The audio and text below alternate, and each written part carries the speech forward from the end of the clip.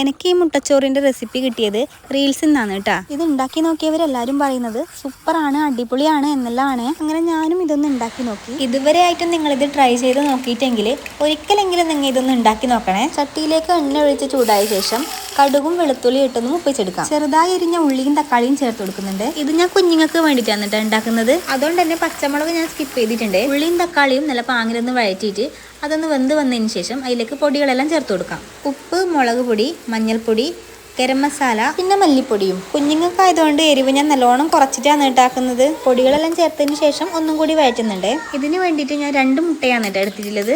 മുട്ടയൊന്ന് mix ചെയ്തതിന് ശേഷം നമ്മൾ നേരത്തെ ഉണ്ടാക്കിയ ഗ്രേവിയിലേക്ക് ഒന്ന് ഒഴിച്ചു കൊടുക്കാം. എന്നിട്ട് മുട്ടേൻ്റെ പച്ചമണം മാറി വരുന്നത് വരെ കുക്ക് ചെയ്തെടുക്കാം. ലോ ഫ്ലെയിമിൽ വെച്ചിട്ട് വേണം കുക്ക് ചെയ്യാൻ വേണ്ടിയിട്ട്. ഇപ്പം നമ്മളെ മുട്ട വറവ് ഇവിടെ റെഡി ആയിട്ടുണ്ട്. ഇത്ര വരെ എല്ലാ വീടുകളിലും ചെയ്തിട്ടുണ്ടാവുമായിരിക്കും അല്ലേ?